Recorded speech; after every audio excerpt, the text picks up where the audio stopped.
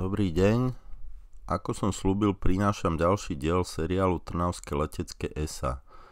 Dnešný diel bude venovaný leteckému esu z Trnavy Rudovi Božíkovi. Tak poďme hneď na to. Rudolf Božík sa narodil 10. júla 1920 rodičom Jozefovi a Anne, rodenej Vrbovskej, v obci blízko slovenského Ríma v Hrnčiarovciach pri Trnave.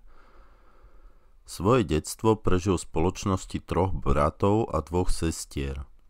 Už od mladosti sa priatelil s Lieskovským, prezývaným Škvára. Medzi oboma sa vytvorilo vrúcne priateľstvo a pritom im vôbec nezáležalo na tom, že obaja pochádzali z rôznych sociálnych vrstiev.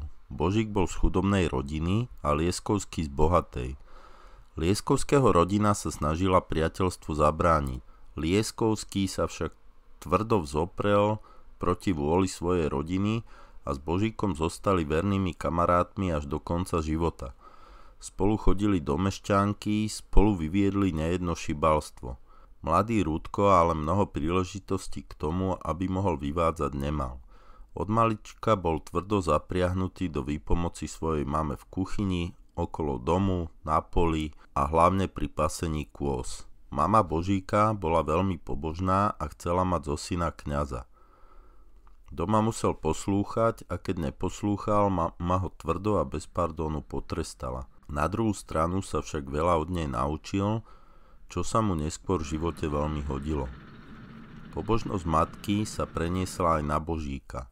Panicky sa bál hlavne pekla. Stačil ho peklom len postrašiť a už sekal dobrotu.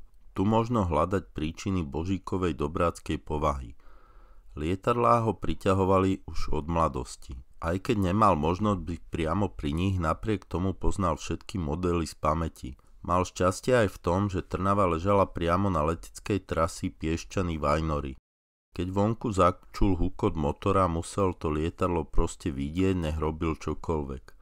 Svoju vášeň dopracoval do takej dokonalosti, že nemusel lietadlo ani vidieť a podľa motora vedel určiť presný typ. Keď mal Božík asi 10 rokov, často chodievali s matkou do Mariátálu na púte. Pritom vystupovali v Rači na železničnej stanici, vedľa ktorej ležalo vajnorské letisko. Vždy, keď mladý putník videl štartovať a pristávať lietadlá, dostával sa do tranzu. Zrazu mohol zblízka obdivovať krávky alebo 101. Vždy by radšej išiel na letisko, ako s matkou a ostatnými z dediny na púť. Napriek tomu, že matka chcela z chlapca mať kňaza, otec rozhodol, že pôjde do učenia. Tak sa 1. augusta 1934 stal učňou v trnavskej fabrike Coburg. Tam postupne vnikal do tajov zámočníckeho remesla. Záverečné skúšky absolvoval 2. augusta 1937. Pri praktickej skúške vyrobil tzv. Prso na šporák. Tak sa označoval horák sporáku po trnavsky nazývaného šporheld. Z učňa sa stal tovariš a zostal pracovať v Coburgových závodoch. V marci 1938 prišiel o prácu a zostal nezamestnaný. Preto aj keď nemal ešte ani 18 rokov, si podal žiadosť do armády. Pretože nesníval o ničom inom ako o lietaní, podal si ju samozrejme k letectvu. Bolo to presne v dobe, kedy prebiehala akcia 1000 pilotov v republike. Pri pomyslení, že by sa mohol stať pilotom, sa dostával do tranzu. Posilovala ho skutočnosť, že splňoval základnú požiadavku byť vyučený strojník. Bohužiaľ to bolo zároveň v období, kedy bola vyhlásená mobilizácia na obranu republiky.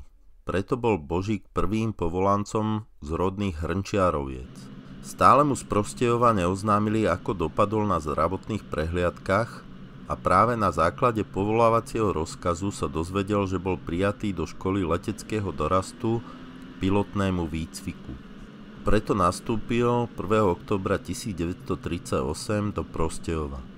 Zo Slovenska sa tam okrem neho dostal Mazanec a Mergeščík.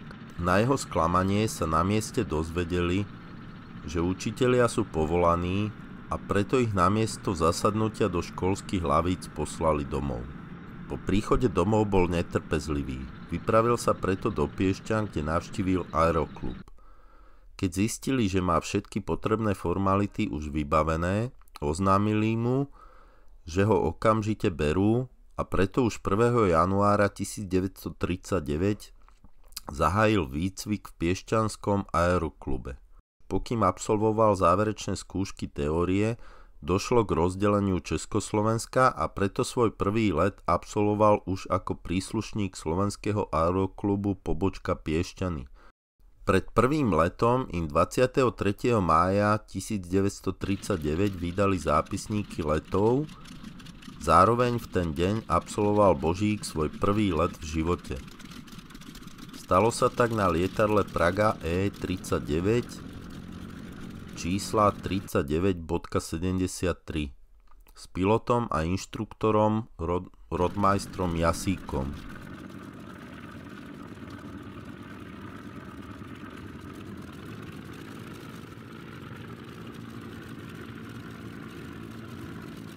Horizont začali nacvičovať 25.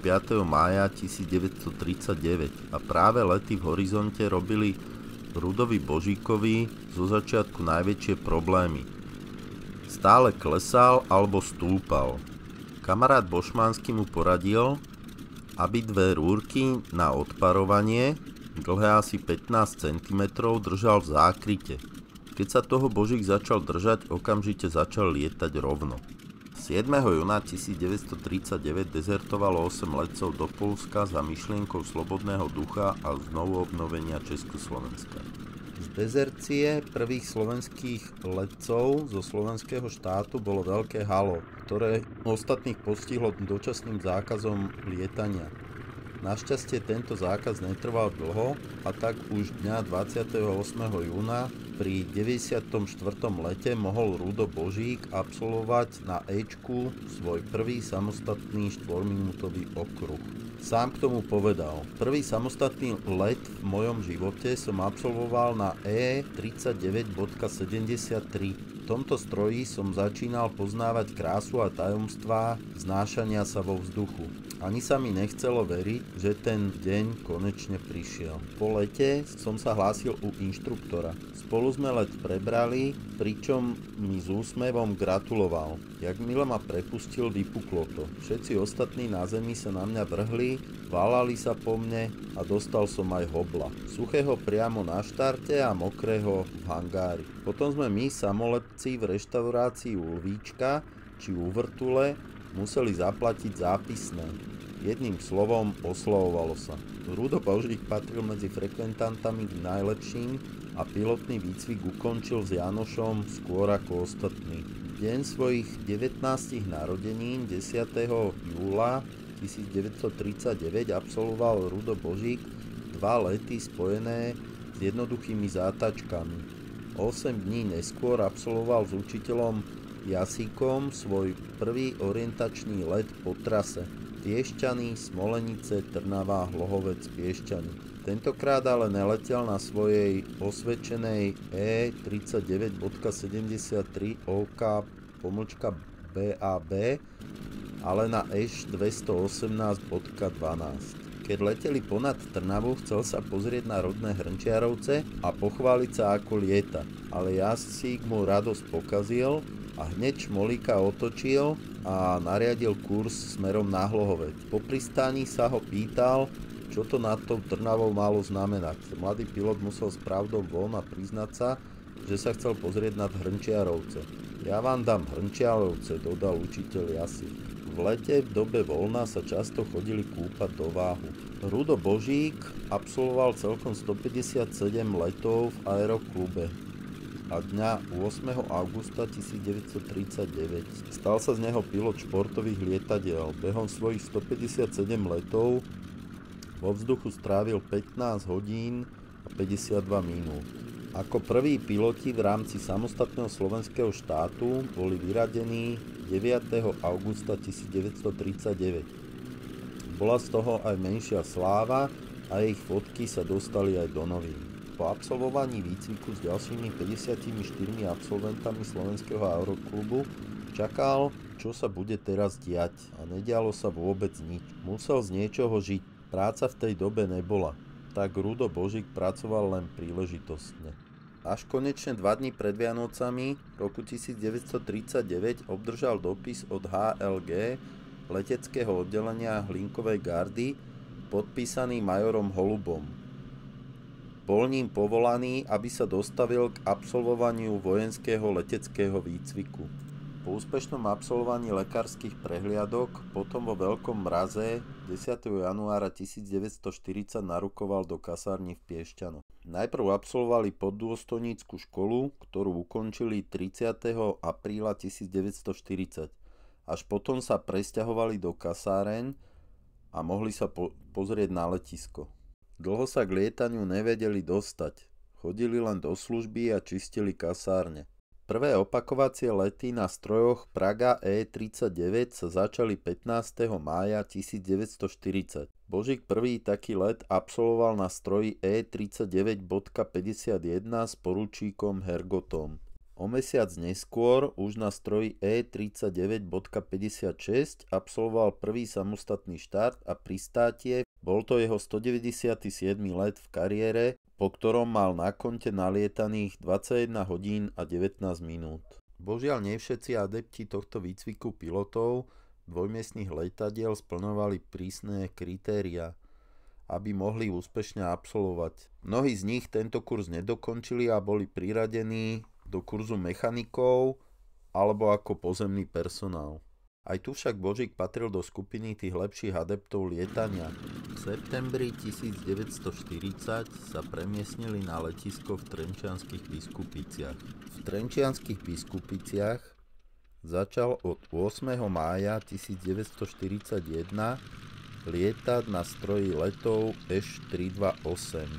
Po mesiaci lietania na Š-328 sa dostal k prvému samostatnému lietaniu na tomto stroji. Štartov na letovoch Š-328 pribúdalo a tak mimo iné Božík 2. augusta 1941 s rotníkom Jakábkom absolvoval cvičný let v dvojčinnom roji. To sa už pomaly blížil koniec ich kurzu preškolovania na dvojmiestne lietadlá. Božík tomu povedal: výcvik radoval. Š-328 som ovládal celkom dobre a preto moji nadriadení rozhodli, že pri príležitosti nášho vyradenia budem ako jediný z frekventantov účinkovať v slávnostnom defile pri ukážke súboja stíhačky proti dvojmiestnemu lietadlu. Hlednár mi vysvetlil, o čo pôjde, že na tom leteckom dni predvedieme ukážku leteckého boja spojenú so streľbou s cvičným strelivom. To sa stalo 14. augusta 1941. Ako pozorovateľa mi pridelili rodmajstra z Olvíka, krajana, rodáka z Hrnčiaroviec. Takže my dvaja Hrnčiarovčania sme úradovali na leteckom dni. A osud mi ako súpera pridelil kozu.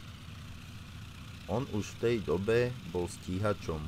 Po tomto slávnostnom lete, ktorý bol v živote Božíka 466. v kariére a ktorý absolvoval s rodmajstrom Zolvíkom pamätného 17.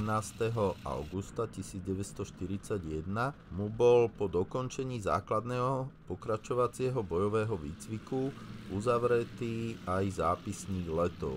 Vtedy bolo rozhodnuté, že 19 najlepších absolventov tohto výcviku bude zaradených do stíhacieho výcviku a ostatní po ďalšom odbornom doškolení ako dvojmiestni pilotik pozorovacím letkám 1, 2 a 3. Nasledovali stisknutia rúk a rozlúčenie.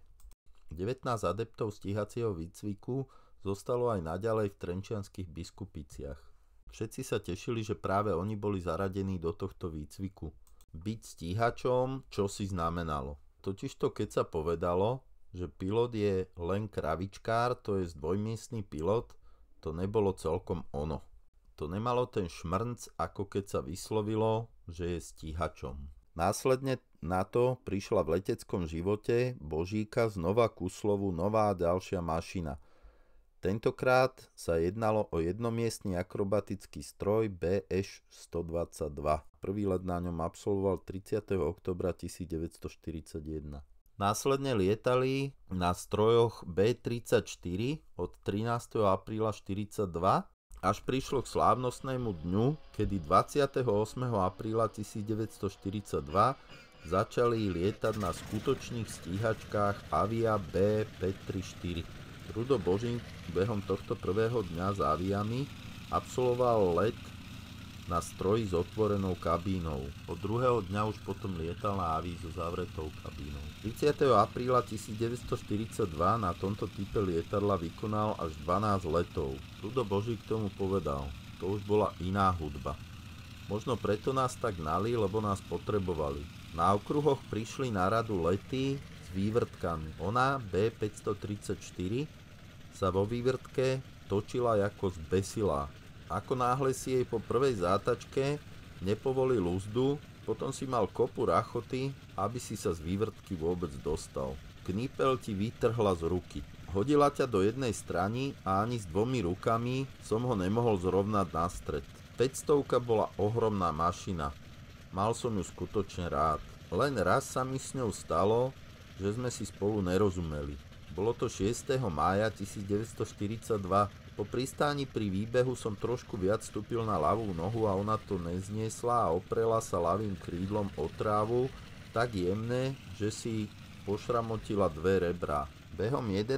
júna absolvoval z BK 534 fotolety a potom z B534 výškové lety v trojčlennom roji do 4000 metrov. Posledné lety v kurze adepti absolvovali 19. júna 1942, keď nacvičovali súboje v 1000 metroch. Na to im boli po úspešnom absolvovaní stíhacieho výcviku uzavreté dňa 20.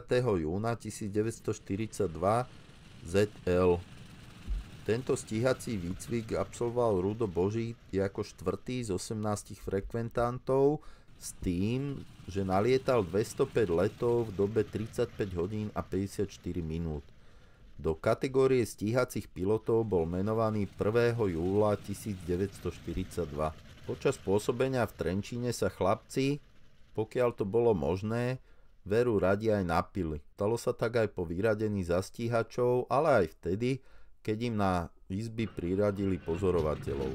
Veliteľa Svietnice začal robiť radiotelegrafista Rodmeister Zolvík, ktorého medzi sebou zvolili za predsedu klubu ničiteľov alkoholu. Zakrátko sa Božík so skupinou vybraných pilotov presunul na letisko v Piešťanoch. Tam sa mali zoznámiť s podmienkami lietania v bojovej letke pod dozorom skúsených inštruktorov. Takto svoj prvý let v Piešťanoch absolvoval už 22. júna 1941 okolo 15. hodiny na BK 534.562. Do stavu 12. letky bol papierovo zaradený 30. júna 1942. V tej dobe, keď boli u cvičnej letky, zažili tam 4. júla 1942 prílet prvých slovenských Messerschmittov Bf-109 z Dánska. Posledné lety v roku 1942 absolvoval 15. decembra. Týmto dňom mu bol uzavretý jeho ZL s tým, že behom roku nalietal 239 letov v trvaní 48 hodín a 23 minút. Celkové do tohto dňa absolvoval dohromady 786 letov v čase 119 hodín a 12 minút. Vianočné sviatky a Nový rok 1943 trávil doma v Hrnčiarovciach. Vonku vtedy napadlo plno snehu. Od Nového roku 1943 sa začalo šuškať, že by mali byť zaradení do nočného kurzu lietania. Až do marca 1943 sa však nič nedialo a nikto im nič nepovedal. Do tohto dňa absolvoval 34 letov a ZL mu ukončili 30. marca 1943. Nakoniec sa dožil poriadneho prekvapenia. Miesto nočného kurzu lietania bol rozkazom pridelený k výcviku na lietadlo Bf-109. To s mladým stíhačom úplne zamávalo. Messerschmitt to už bola poriadna stíhacia mašina. 500 sa jej nemohla nijako rovnať. Bol z toho u vytrženia a nesmierne sa tešil na lietanie na tomto nemeckom stroji. Ministerstvo obrany rozhodlo, že je nutné preškoliť ďalších slovenských pilotov na nemecké stíhacie lietadlá Bf-109. Stalo sa tak preto, že na východnej fronte bola od 27. októbra 1942 zaradená letka 13, ktorá bojovala v rámci nemeckej druhej skupiny JG-52 na Kubáni. Čas neúprosne letel a zistilo sa, že príslušníkov tejto prvej garnitúry pilotov precvičených na lietadla Bf-109 v Dánsku nemá vlastne kto vystriedať. Preto sa rozhodlo, že v Piešťanoch prebehne preškolenie druhej garnitúry na tieto stroje. Preškolenie na Bf-109 začalo prebiehať v Piešťanoch pod velením Páleníčka od 1. apríla 1943. Po teoretickej príprave začali jeho absolventi absolvovať dvojité lety dvojakého riadenia na Aradoch AR-96. Dnes sa však tak stalo, ešte predtým absolvovali 5. apríla 1943 lety na Aviách. Behom školenia na stroje Bf-109 sa konečne Rudo Božík dočkal lietania na vytúženom nemeckom stíhacom lietadle. Hlavný podiel na formole, ktorý nastal v stagnujúcom preškolení, mal major Džumbala. Ten sa nečakane objavil v Piešťanoch, poverený vedením tohto preškolenia.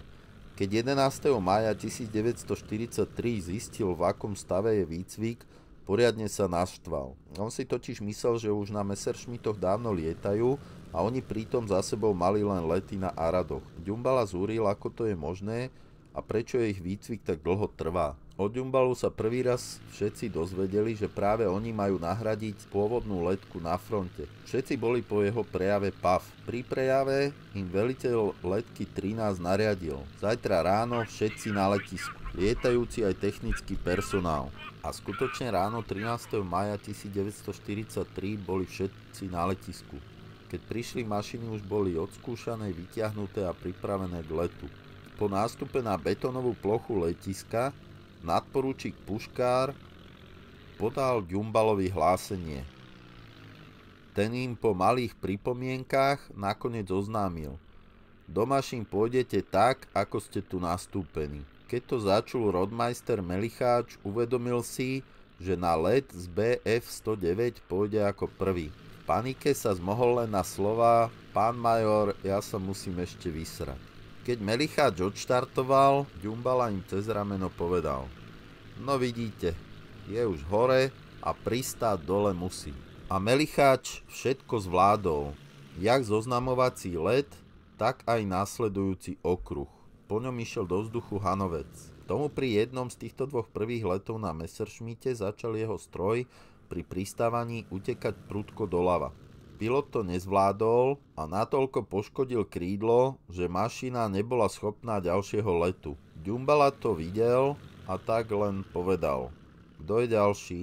Do hangáru pre druhú mašinu.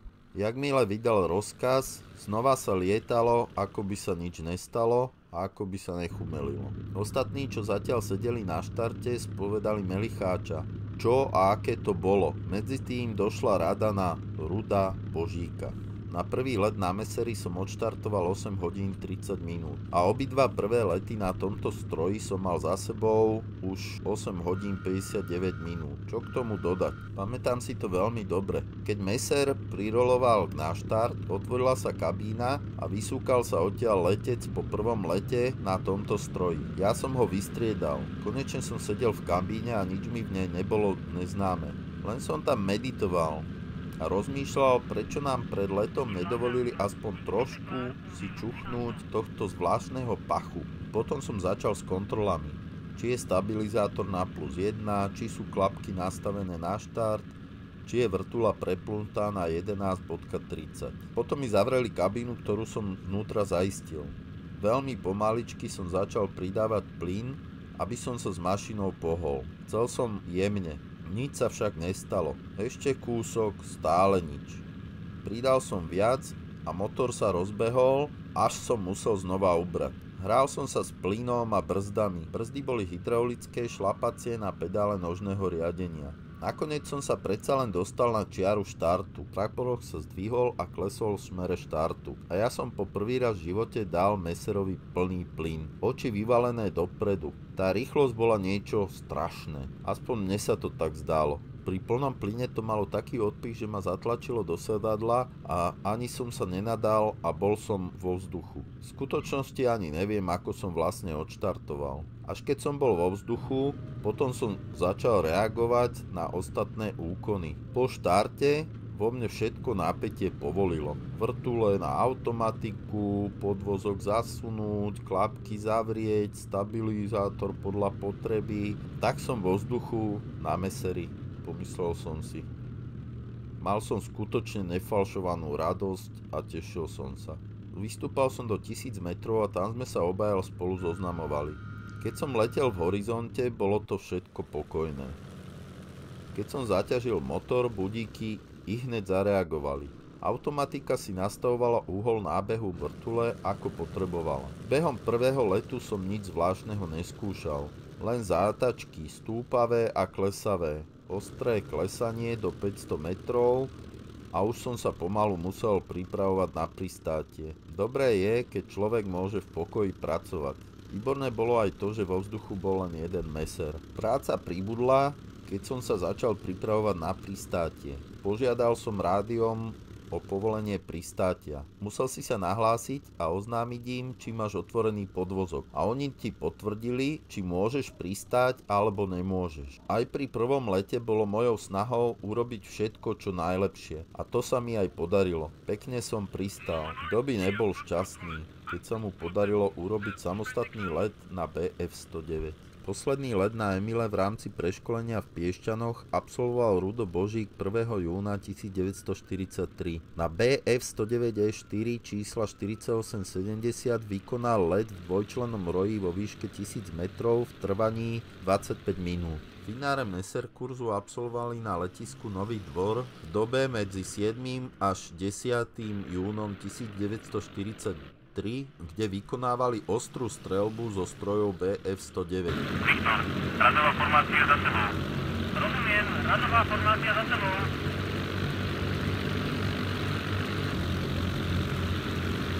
Viktor, stupňovitá formácia. Rozumiem, stupňovitá formácia doľava.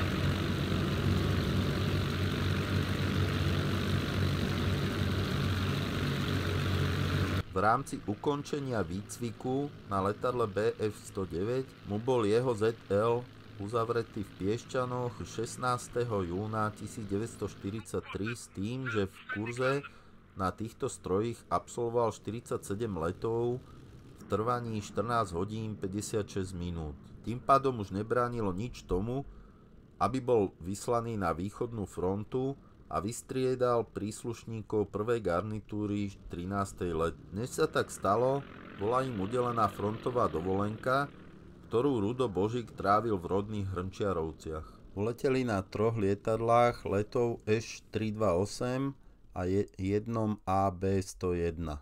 Než sa presunuli do Anapy, odkiaľ pôsobila 13. letka, tak sa najprv presunuli na Krym na letisko Sarabuzy. Tam sa začali 29. júna 1943 preškolovať na modernejšie lietadlá BF-109G2. V tomto období sa na letisku nachádzal Gedhofer a Brezina od 13. letky, ktorí dohliadali na preškolenie nových pilotov. Zoznamovali ich so skúsenosťami z bojového lietania. Posledný let pred presunom do Anapy absolvoval Božík 2.7.1943. Od tohto momentu nestálo príslušníkom druhej garnitúry už nič v ceste, aby zasiahli do nezmyselného rinčania zbraňami. Do Anapy sa presunuli na detkoch, ako sa často nazývali Junkers Ju-52. Keďže Junkersi dopravovali vrecia, do stroja sa vošli len 3 ďalší pasažieri. A tak do stroja naplneného vrecami nastúpili Lang, Geletko a Božík. Leteli nízko nad zemou, pretože leteli bez ochrany. A keby ich niekto predsa len trafil, mohli vždy niekde pristáť. Ale našťastie to nebolo potrebné a tak v poriadku doleteli dňa 4.7.1943 do priestoru anapského letiska. Presunuli sa do bunkra, kde ich privítal veliteľ letky Páleník a v zastúpení starých pilotov prvej garnitúry ich privítal Gedhofer. Božík spomínal, na starých pilotov už bolo zjavne vidieť, že majú toho frontového života plné zuby a len čakali, kedy ich konečne vystriedame, aby mohli z toho pekla zmiznúť. Jeden zo starých pilotov navrhoval, aby sa išli pozrieť k moru.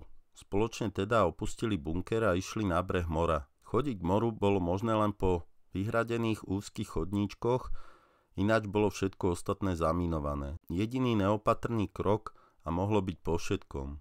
Smrť na nich zjavne číhala na každom jednom kroku a to sa jednalo len o kúpanie v mori.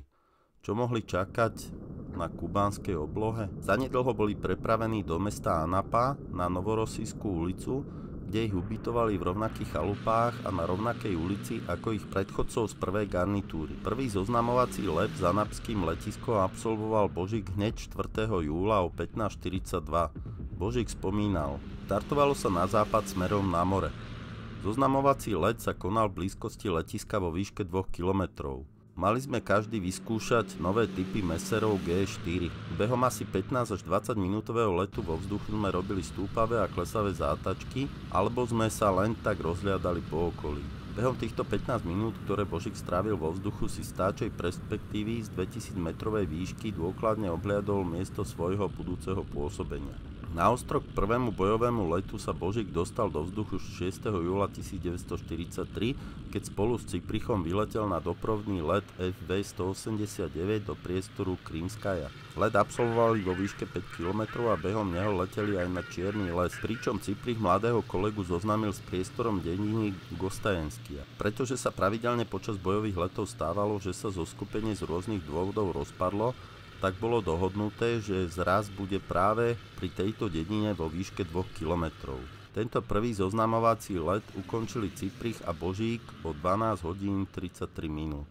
Božík ďalej spomína: Prvý let na frontu som absolvoval s Ciprichom v krásnom bezoblačnom počasí. To bol zácvik jeden stíhač starý a jeden mladý. Teda on bol vedúci a ja som bol jeho číslo. Koniec zábavy a začiatok tvrdej reality. Doprevádzali sme FV-189.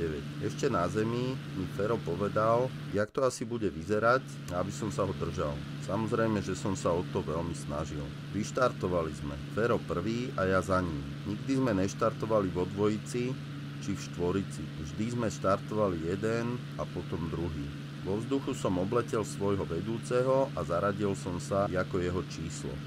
Vo vzdialenosti asi 15 km od Anapy bola potopená loď a na tú sme chodievali skúšať si zbrane. Aj vtedy sme to tak urobili z výšky asi 500 metrov a pokračovali sme na stanovené miesto. Vtedy som ešte nedokázal rozoznať dedinky ako Krymskaja či Gustajevskaja, veď som tam nikdy nebol, ale za krátky čas som to zvládol a dôležité body v okolí asi do 100 km som si dobre pamätal. Keby sa Rusom podarilo zostreliť FV-189, ktorý sme doprevádzali, to by bol veľký problém. Nám sa to našťastie nikdy nestalo. Keď sme pristáli po viac ako hodinovom lete, bol som rád, že som z fronty konečne zase na zemi. Od rána 8.7. už absolvovali príslušníci 2. garnitúry 13. letky prvé samostatné doprovodné lety pri ochrane lodných konvojov na trase z Kerču do Anapy. Práve behom tohto dňa odišla väčšina členov 1. garnitúry. Ten deň 8.7. absolvoval Rudo Božík na kubánskej oblohe aj svoj prvý let voľného stíhania vo výške 8 km v priestore Gostajevskaja Verinkovskaja. Nasledujúci deň letel doprovodný let na ochranu lodí na trase z Kerču do Anapy. Príslušníci 2. garnitúry 13. letky tvorili dve partie. Prvá skupina pilotov mala službu od rána do obeda a druhá od 13. hodiny do večera. Tí, čo končili službu večer, museli na druhý deň stávať ráno. Najvernejšie dvojice vo vzduchu tvorili Lang s Palatickým. Hanovec často lietal s Puškárom, Geletkom, Božíkom. Obe tieto skupiny však neboli pevne stanovené a tak si Božík na fronte zalietal aj s Jamborom, Ocvírkom, Matúškom a Martišom. Dnes sa piloti stačili zohrať v kvalitne fungujúci celok. Velenie letky muselo ešte vyriešiť rebéliu mladých pilotov Božíka, Geleta, Ocvírka, Palatického a Dobrovodského a Geriča, ktorí začali protestovať, čo tam vôbec robia, keď ešte stále nie sú menovaní za poľných pilotov. Podmienky už mali dávno splnené. Nakoniec sa poľnými pilotmi stali 1. augusta 1943. 16. júla Božík prvýkrát doprevádzal 4 Ju-87, ktoré bombardovali prevažne nepriateľské zásobovacie strediská a predné línie frontu. Väčšinou išlo o rumunské ščuky z 3. bombardovacej skupiny.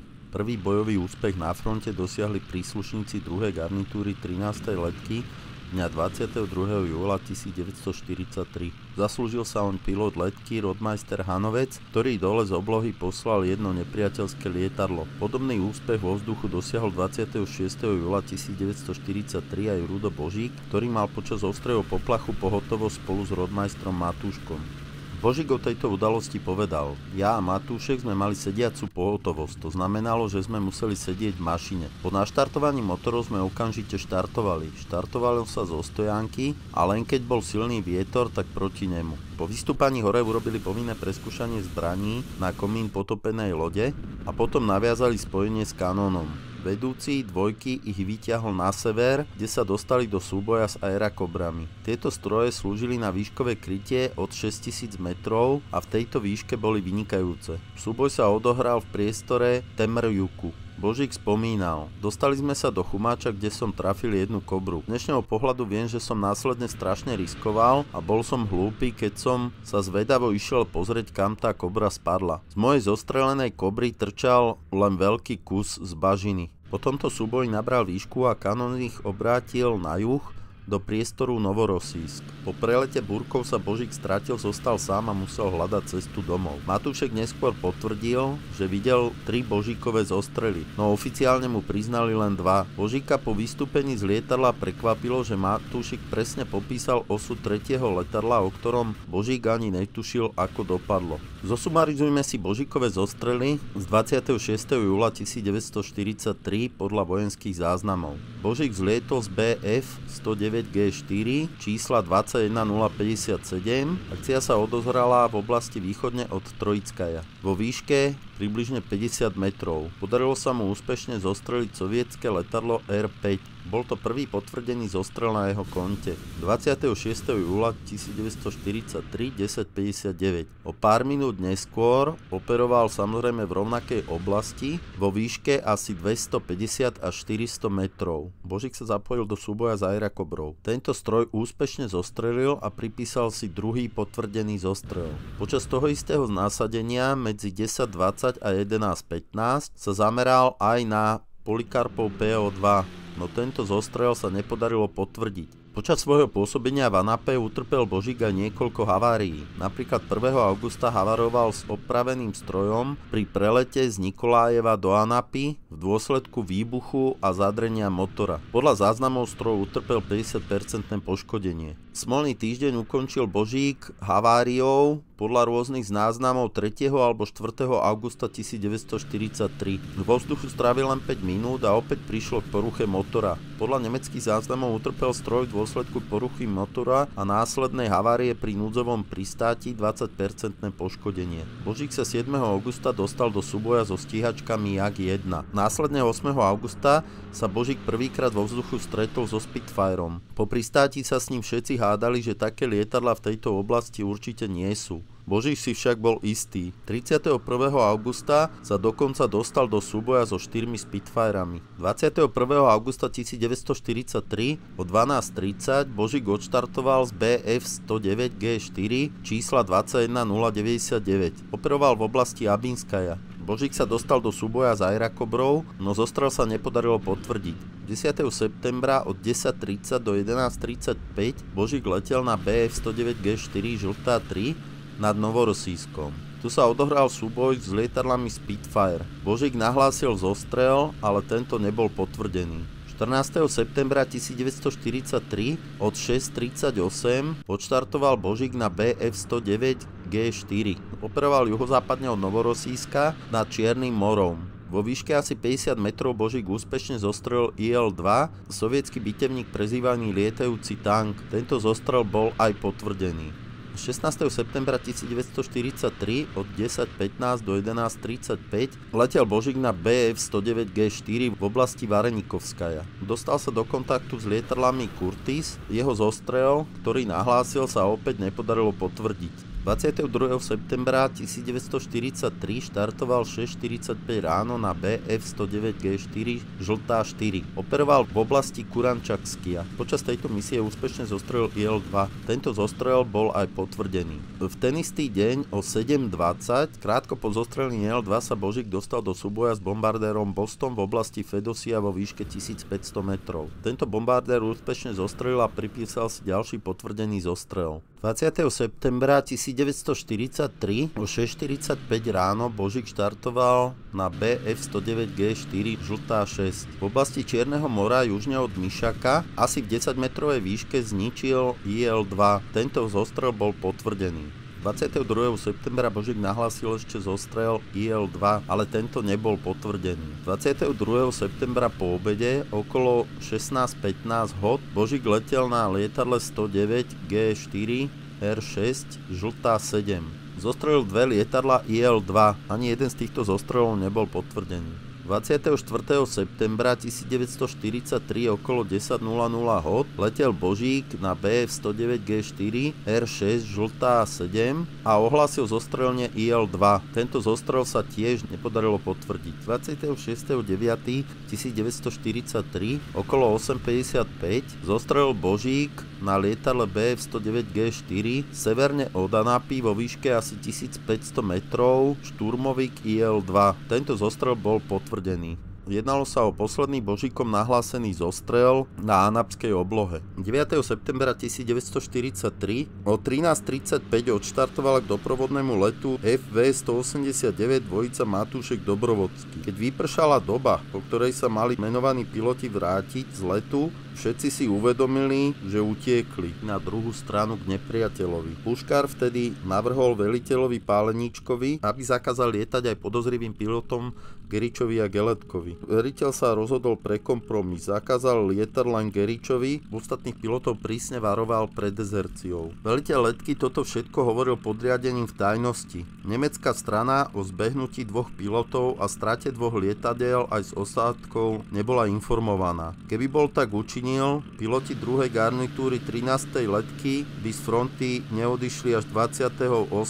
októbra, ale podstatne skôr a s inými podstami. Ťažko by im odpustili stratu dvoch najmodernejších radiostaníc FUG-17, ktoré pre nich mali mimoriadny význam. V tomto období začiatkom septembra Páleníček napísal prorocké slova. Vzhľadom k považlivému morálnemu stavu letky je nanajvýš potrebné, aby celá letka bola odvolaná z fronty do zázemia. 17. septembra sa letka presunula z anapského letiska do Tamane. Ak v Anape zažili vojnu, tak v Tamani peklo. Ich dennodenným chlebom sa stali štarty na poplach. Denne vo vzduchu absolvovali 2 až 4 bojové lety. Behom 22. septembra sa do súboja dostal aj Jambor. Keď sa vrátil z letu, bol jeho stroj celý rozstrielaný. 22. septembra sa prakticky celá letka 13 dostala do súboja proti mnohonásobnej presile nepriateľa. Vzdušný súboj trval 65 minút. Na oblohe napočítali 6 šturmovíkov, 8 lavočkinov a 2 bostonov. Božík 22. septembra ohlásil celkom zostrelenie 4 lietadiel protivníka. Nakoniec mu 3 z nich po prílete potvrdil kolega Martiš. Martiš ten deň o 7:23 sám zostrelil jeden Jak-1. Božíkovi nakoniec nemecké archívne materiály v konečnom sumári priznali zostrel LAK-3 a Bostonu. Slovenské mu pre zmenu priradili zostrel IL-2 a jednu nepotvrdenú IL-2. Behom horúceho 22. septembra absolvoval Božík ešte doprovodný let so šťukami. Celkovo v ten deň absolvoval 4 lety. Na svoj posledný bojový let na východnej fronte Božík odštartoval na osvedčenom stroji Bf-109G4 čísla 14761 Žltá 5 o 14:25 hod. Po zostrelení a následnej havárii utrpel 90% poškodenie. Slovenské archívne materiály o tejto udalosti hovorí následovne. Čatar Božík pri štarte na poplach na letisku Taman na nerovnom teréne letiska ešte pri nedostatočnej rýchlosti lietadlo nadskočilo, zvrátilo sa na ľavú stranu, následkom čoho bolo neovládateľné. Krídlami vrazilo do zeme. Poškodilo sa na 99%. Čatník Božík bol prevezený do nemocnice z Simferopoli. Vrak lietadla bol 26.9.44 prepravený do nemeckých dielní v Tamani. Oficiálne hlásenie tvrdí niečo iné ako samotný aktér. Ten k tomu povedal: letel som asi s puškárom, nie som si istý. Jedným slovom, on odštartoval prvý a ja za ním. Všetko bolo normálne, ako mnohokrát predtým. Odpútal som sa od zeme, zasunul som podvozok. Rýchlosť stúpala, zasunul som klapky. A keď som bol asi 100 alebo 150 metroch, vtedy som pocítil prudký ťah mašiny na ľavú stranu. Absolútne nič nepomáhalo. Ani práca s kniplom, ani s nohami. Stroj som nemohol vôbec ovládať. Knipel som mal nakoniec tak zablokovaný, že som s ním nemohol ani hýbať. Niečo som musel dostať do ľavého krídla, alebo niečo také. Mašina začala padať doľava, boli to naozaj strašné chvíle. Do nemocnice v Simferopole ho prepravil rumunský Junkers Ju-52. Táto preprava zraneného pilota predstavovala jeho vôbec posledný let, ktorý Božík absolvoval na východnej fronte. Svoj ZL zápisník letov uzavrel s bilanciou 1106 letov, 266 hodín 45 minút strávených vo vzduchu. Z toho za 9 mesiacov roku 1943 nalietal 320 letov v trvaní 147 hodín a 33 minút. Z nich ako člen druhej garnitúry letky 13 na východnej fronte nalietal 132 letov, z ktorých bolo 100 bojových. Za ne nakoniec od Nemcov obdržal aj striebornú frontovú sponu, ktorá mu bola udelená 26.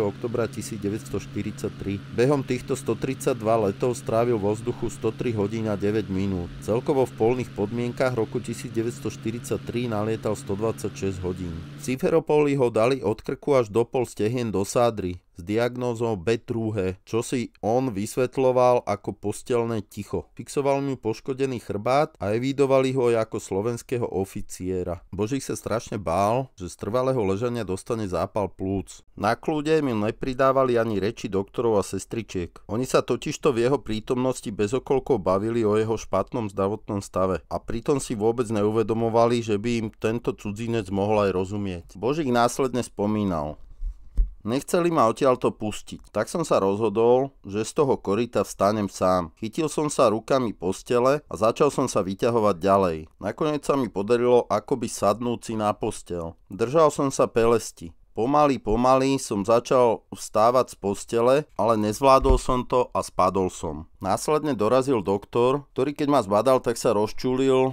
že ho vôbec neposlúcham. Tak som mu povedal, že mu na to kašlem a nech ma buď to pustí na frontu alebo domov. Ja som vždy vyviedol nejakú tú koninu. Ale za týždeň ma konečne naložili do sanitného vlaku a odišiel som cez Cherson Nikolajev do poľského Glievicu, odkiaľ ma odviezli pod Berlín a nakoniec do Viedne. Nakoniec ho niekedy zhruba v novembri 1943 previezli do bratislavskej nemocnice Červený most.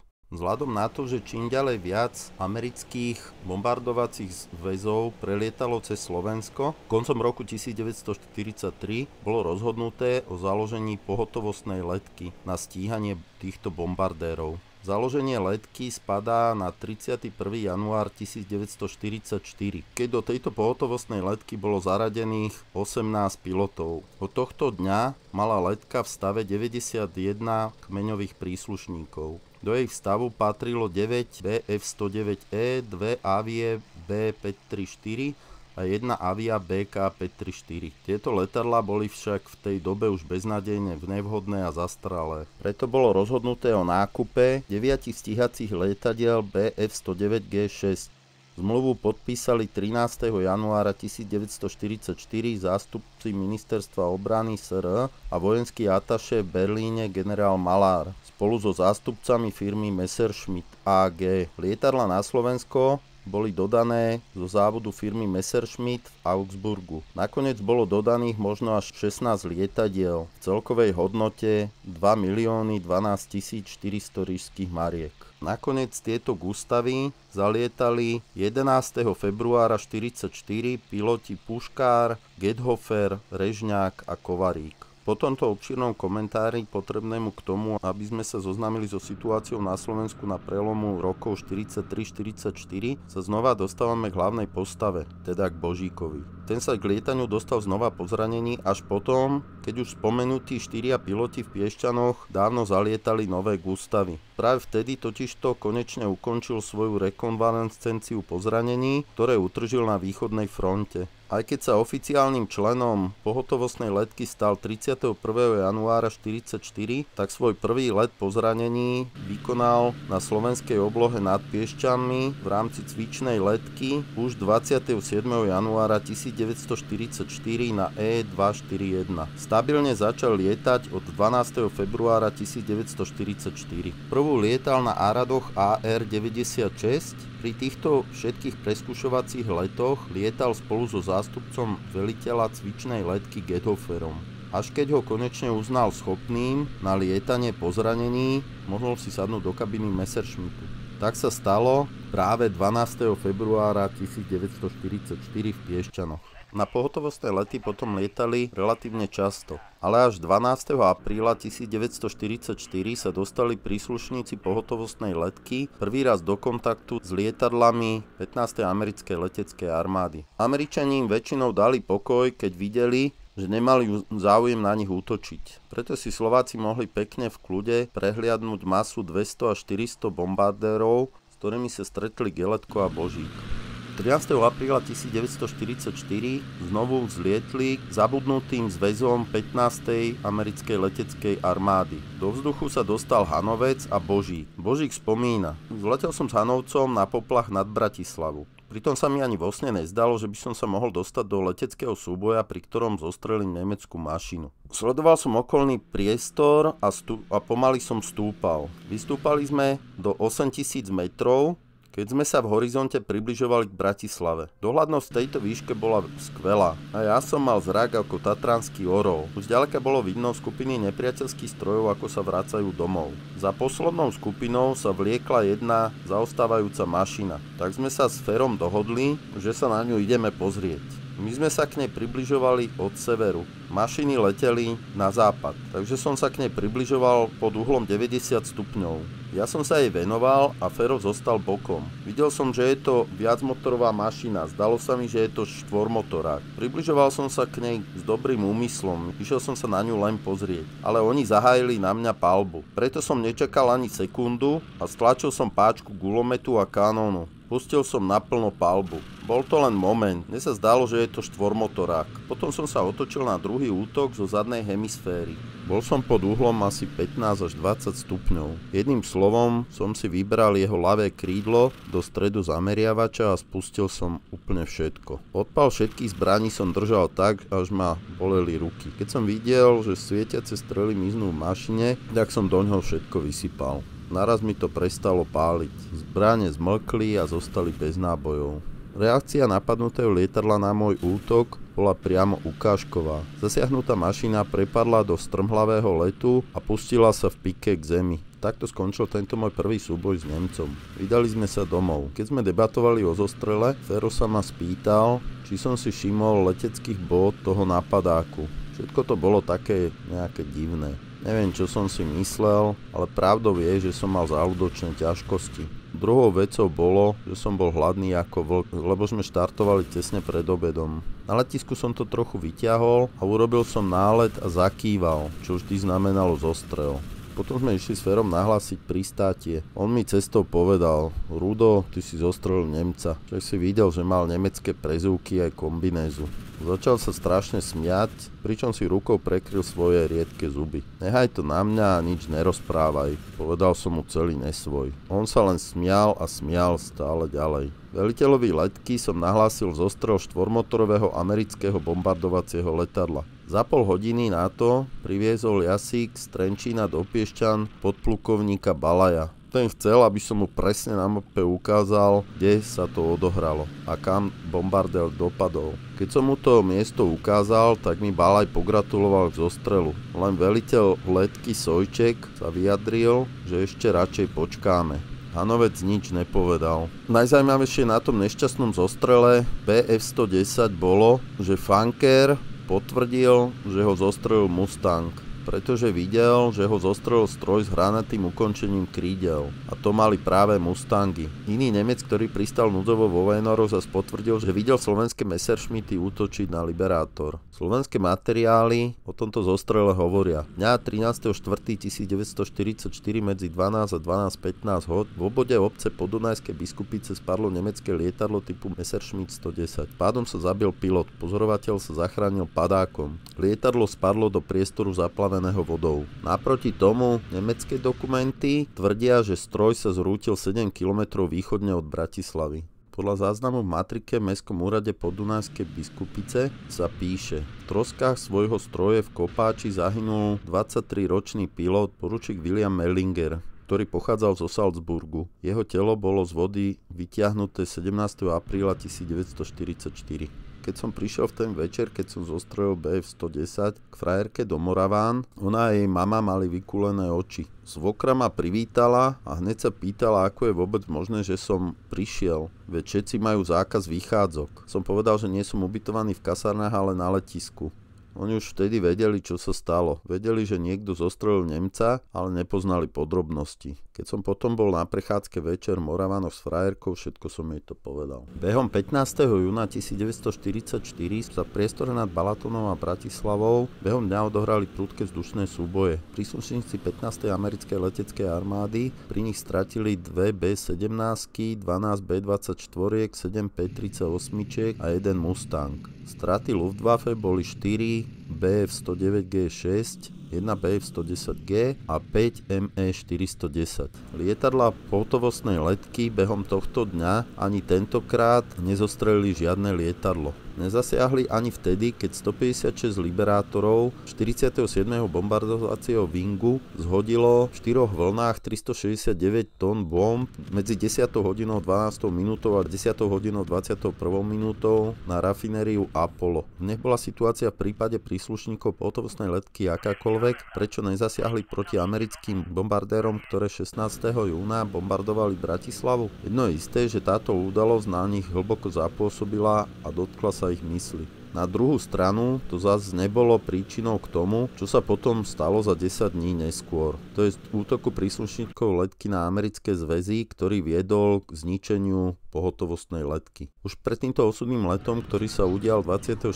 júna 1944, sme dopredu boli dohodnutí, že keď priletia na budúce, tak na tých Američanov konečne zaútočíme. Keď priletia, proste sa na nich vrhneme. Mrzel nás ten 16. jún, keď Američania bezstarostne bombardovali Bratislavskú Apolku. Dopredu sme si všetko naplánovali. Jak celá skupina poletí pohromade a keď sa dostaneme v jednej skupine bombardérov, tak na ňu zvrhneme svoje prídavné nádrže a na druhú zaútočíme. Urobíme jeden útok a poletíme rýchlo preč. Deň útoku nebol stanovený, to mal rozhodnúť veliteľ. Nakoniec teda 8 slovenských stíhačiek z Piešťan odštartovalo v rozháranej zostave 8 hodín 40 minút ráno proti 655 ťažkým bombardérom chráneným 290 doprovodnými stíhačkami. Veliteľ 8. stíhacej leteckej divízie Luftwaffe Handrik proti tejto mase strojov 15. americkej leteckej armády vyslal do vzduchu 203 strojov, patriacich do stavu 2 stíhacích divízií leteckej ochrany Reichu. Luftwaffe tohto dňa podľa oficiálnych údajov stratila 5 Bf-109G6, v skutočnosti viac ako 7, 3 FV-190, 4 Bf-110 a 13 ME-410. Maďarské straty predstavovali 3 Bf-109G6 a slovenské 6 Bf-109G6.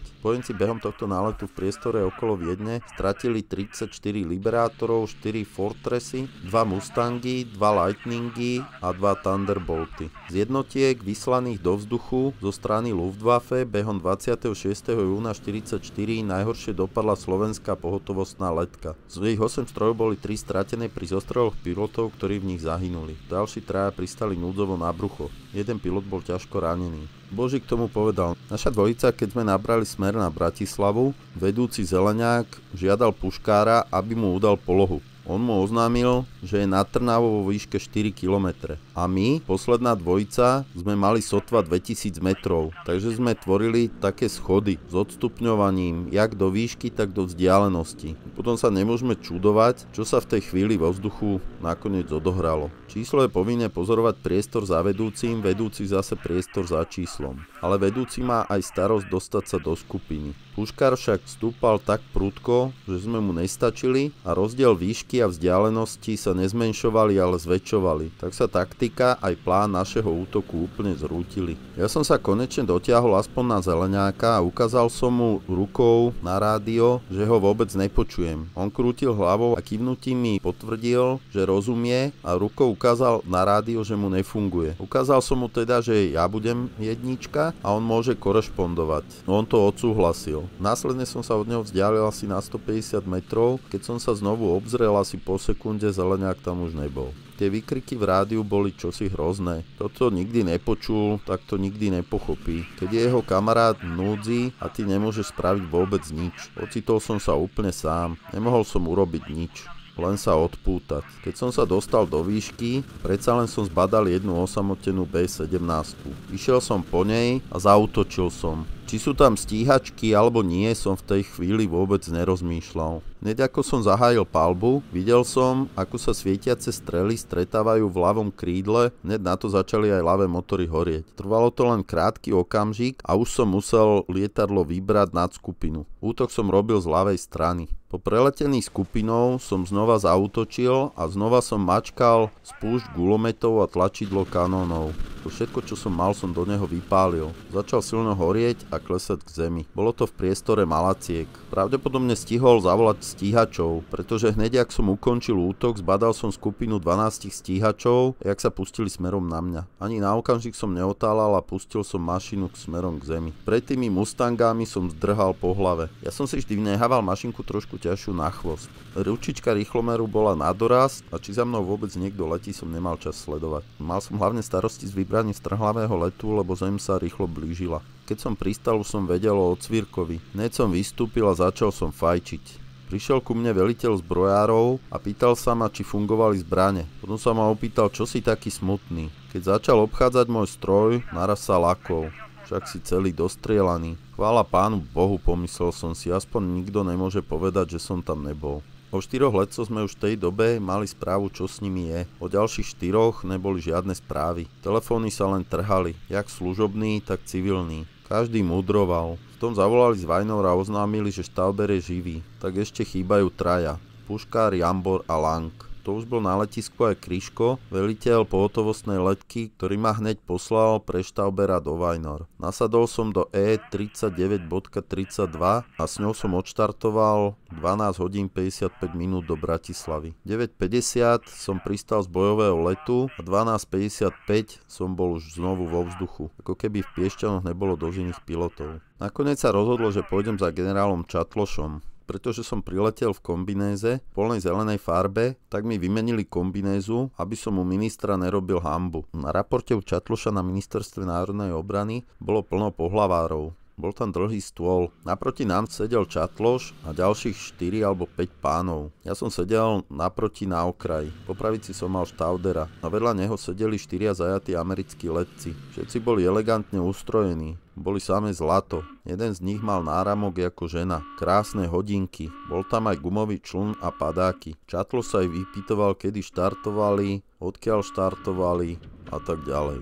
Do Piešťan som sa vrátil až o 7 večer. Tam som sa dozvedel, že mi volali niekoľkokrát z Hrnčiaroviec. Volali mi preto, lebo videli puškára, ktorý letel v poslednej fázi letu nízko nad Kuburgom v Trnave. Nalo ho tam niekoľko stíhačiek. Nakoniec dopadol blízko Lovčíc, kde býval jeho ženatý brat. Puškár mal veľké zuby ako ja a celá moja rodina si myslela, že som zahynul ja. Keď sa mi nemohli celý deň dovolať, tak si samozrejme mysleli, že som mŕtvy. Druhý deň ráno som skoro vstal a hneď som im zavolal, aby vedeli, že som v poriadku. Na druhý deň, 27. júna, sa už vedelo, že traja nezvestní príslušníci pohotovostnej letky padli. Nadporučík Puškár padol u Brestován, Jambor u Hubíc Aj Lang, ktorý tesne pred svojou smrťou zostrelil Liberátor u Miloslavova. Jej pozostatky boli prepravené do Piešťan, kde sa 29. júna 1944 konal veľký pohreb padlých slovenských pilotov. Po relatívne častom lietaní pred katastrofou z 26. júna nastal v živote príslušníkov letky 13 útlm. Život letke sa čoskoro dostal do starých kolají, len s tým rozdielom, že intenzita lietania dosť ochabla. Hlavne preto, že chýbali lietadlá. A aj preto, že v Piešťanoch prebiehal výcvik 3. garnitúry na lietadla BF-109. Väčšina zostávajúcich lietadiel BF-109E bola stiahnutá do Piešťan pre potrebu tohto preškolenia. Práve v období tesne pred Slovenským národným povstaním sa rozhodli, že rády východoslovenskej armády posilnia príslušníci slovenských vzdušných zbraní. 2 divízie generála Malára boli v obrannom postavení na východnom Slovensku. O ich obranu vo vzduchu sa mala postarať práve vytvorená skupina vzdušných zbraní pod vedením majora Trnky. Do ich radov bola zaradená aj letka vyzbrojená jedným FV-189, 2 letovmi Š-328 a letka 12 vyzbrojená prevažne letadlami Avia B-534. Túto letku malo posilniť 5, nakoniec to boli už len 4 BF-109G6. Tieto mašiny sa na letisko Išla blízko Prešova mali presunúť z Piešťan. Veliteľom štvorčlenného roja bol Hanovec a jeho podriadený Palatický Božík a Geletko. Jej roj opustil Piešťany 1. augusta 1944. Po polhodinovom lete pristáli na letisku 3 Duby. Z letiska 3 Duby sa presunuli do Spišskej Novej Vsi, kde prespali. Ráno mali vykonať poslednú časť preletu. Pred odletom do Prešova dostali týždennú dovolenku. Nakoniec ich povstanie zachytilo na letisku Išla v Prešove. Božík hovoril, boli sme vo Veľkých Kapušanoch, kde bola ubytovaná stíhacia letka pod vedením Páleníčka. Tá mala vtedy vo výzbroji 4 Avie a 2 Messerschmitty. Keď som tam bol, tak som nepočul ani 29. augusta, ani 30. augusta v rádiu prejav Čatloša, ani Malára. Ale 30. augusta sme sa už dozvedeli o povstaní. Večer sme mali potom poradu. Na tej sa rozhodlo, že keby sa nám nepodarilo zachrániť mašiny, tak ich spálime a pôjdeme bojovať do hôr ako pešiaci. Nakoniec sa rozhodlo, že neodletia do povstania, ale že preletia do Lvova na sovietsku stranu. To sa Božíkovi príliš nepáčilo. Na druhú stranu barikády do Lvova Ľudo Božík priletel 31.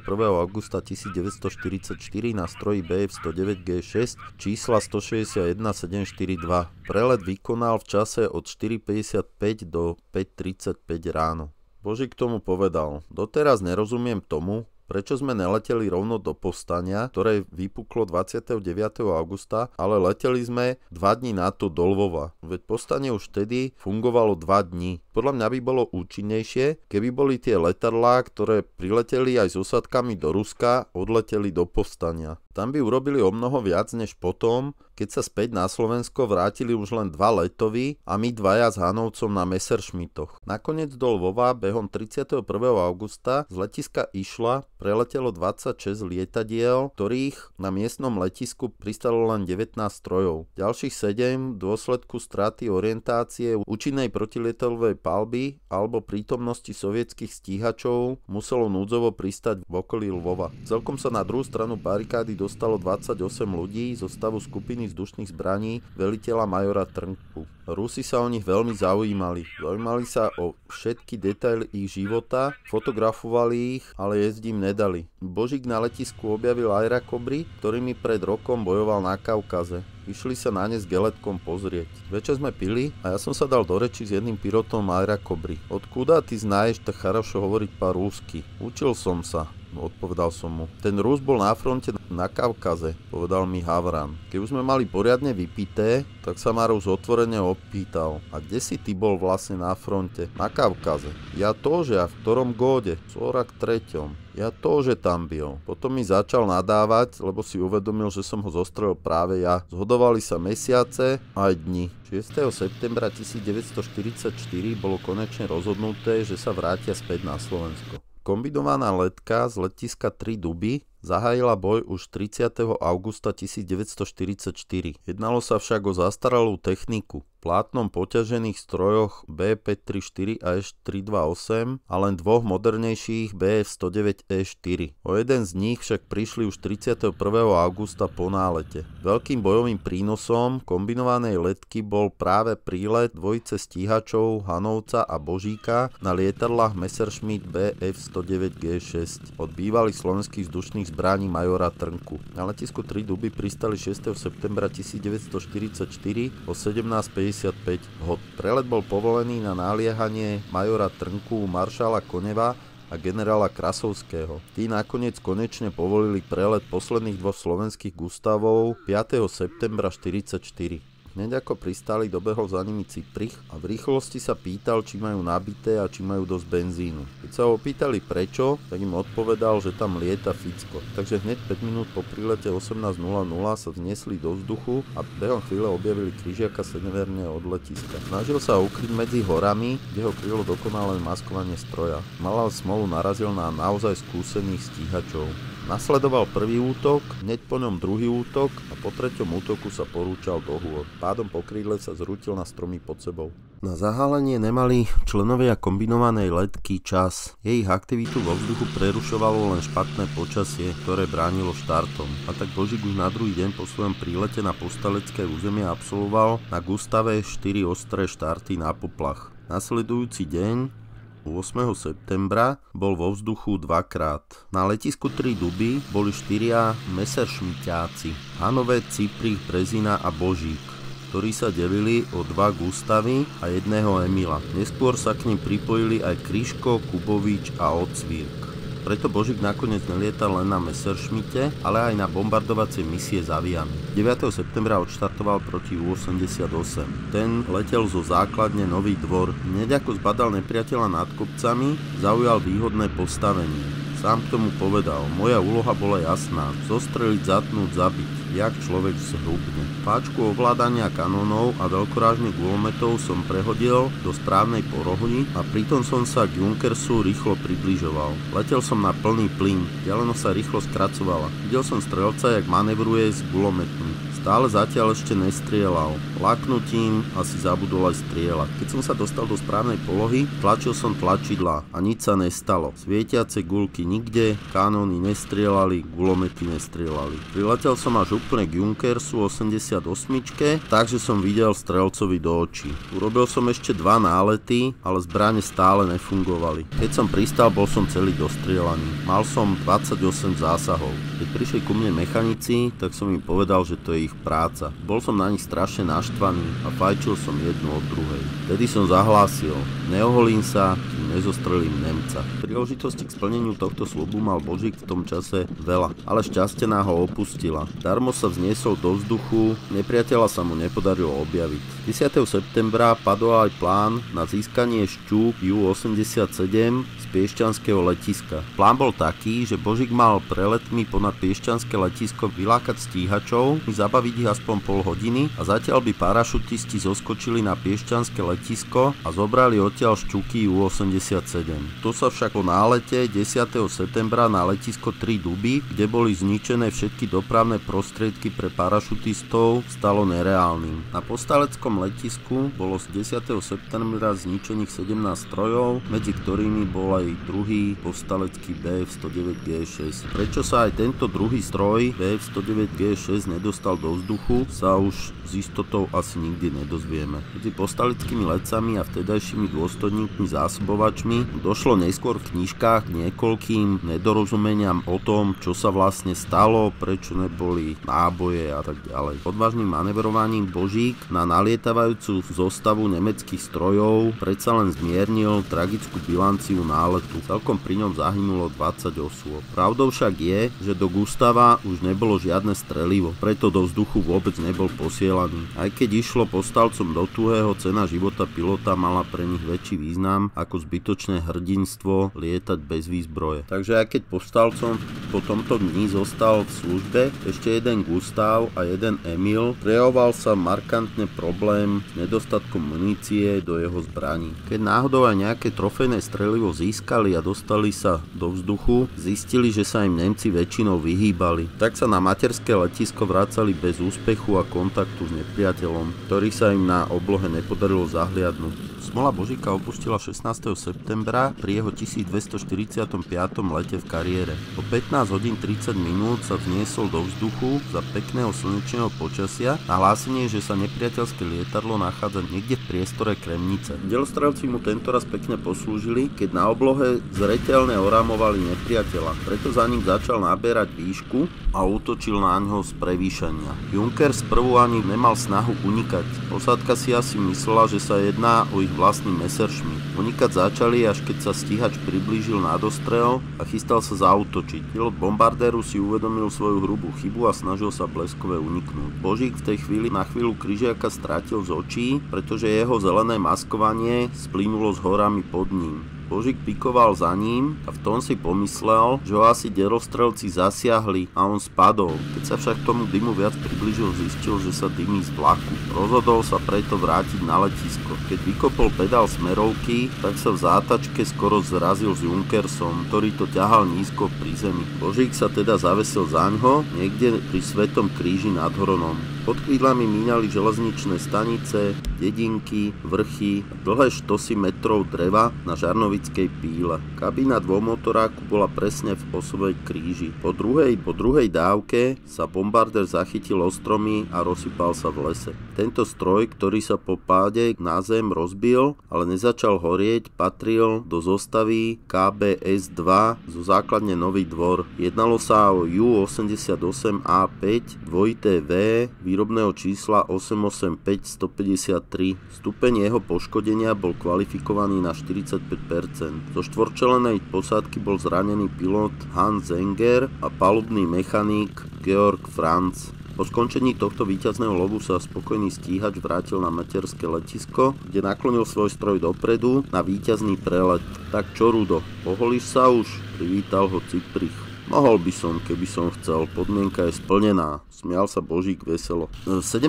septembra o 12:30 Božík bombardoval nepriateľské pozície v priestoru Koša niekde pri Prievidzi. Letel na Avii B534.321. Domov sa vrátil 16:50. Božík na to trošku frflal, pretože v Avii už dlho nesedel a rovnako dlho nebombardoval. Čudoval sa, kde sú piloti, ktorí dostávajú mesačné letecké príplatky za to, že lietajú nízko pri zemi a že ich môžu zostreliť. Príplatky dostanú, ale bojovo lietať nie. Podľa vlastných slov bol Božík so svojím útokom veľmi spokojný. Po vybraní útoku som sa pozrel na účinok a gepel bol rozbitý. Dobre, že som pumy hádzal na dvakrát. Božík sa znova do vzduchu dostala 4. oktobra 1944. V priestore Kremnice zostrelil FV-189. Božík svoj cieľ uvidel hneď po štarte a pustil sa za ním. Po štarte preto pridal naplno plyn a dvojtrupák rýchle doháňal. Kryžiak ho ale uvidel. Stočil sa trochu na západ a začal stúpať. Podarilo sa mu schovať v mraku, ktorý bol vo výške asi 600 metrov.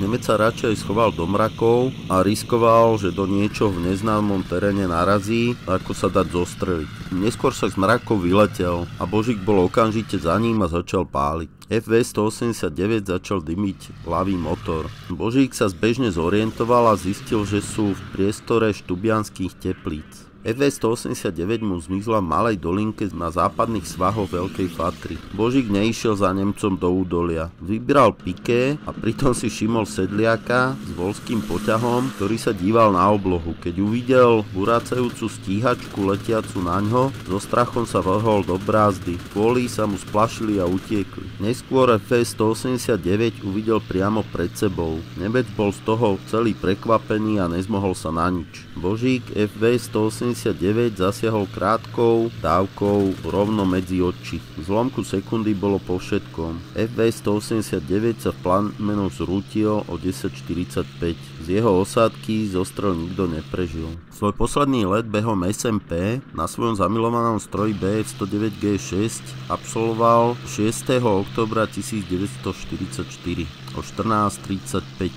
Odštartoval už len so zvýškom nábojov, ktoré už vôbec neboli. Bolo nahlásené, že v priestore Kremnice útočia šťuky. Šťuky rýchlo našiel a do jednej z nich vypálil všetky zostávajúce náboje. Bola to naozaj krátka dávka a zbrane sa mu mu odmočali. Ale aj to stačilo na to, aby ochránil povstaleckú krávku s osádkou. Pilot Šťuky, ktorý útočil na krávku, keď videl Messerschmitt, tak radšej odletel preč. Toto bol jeho posledný let na Messeri počas SMP. Neskôr na 3 duby priletela B-17 a niekoľko Mustangov. Božík využil príležitosť a dôkladne si poobzeral stroje, s ktorými sa stretol v leteckých súbojoch 26. júna 1944. 8.